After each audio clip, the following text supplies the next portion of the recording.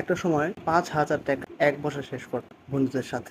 যখন যেটা খেতে ইচ্ছা করছে তাই খেয়েছি, কোনো হিসাব ছিল না। যেটা করতে ইচ্ছা করছে তাই করছি, কেউ দুইটা কথা বলার ছিল না। আর এখন কাজ করলে 10টা টাকা পকেট থেকে বের করে খেতে ইচ্ছা করে না। বন্ধুদের সাথে আড্ডা দিই না, কারণ সেখানে 10টা টাকা খরচ হবে।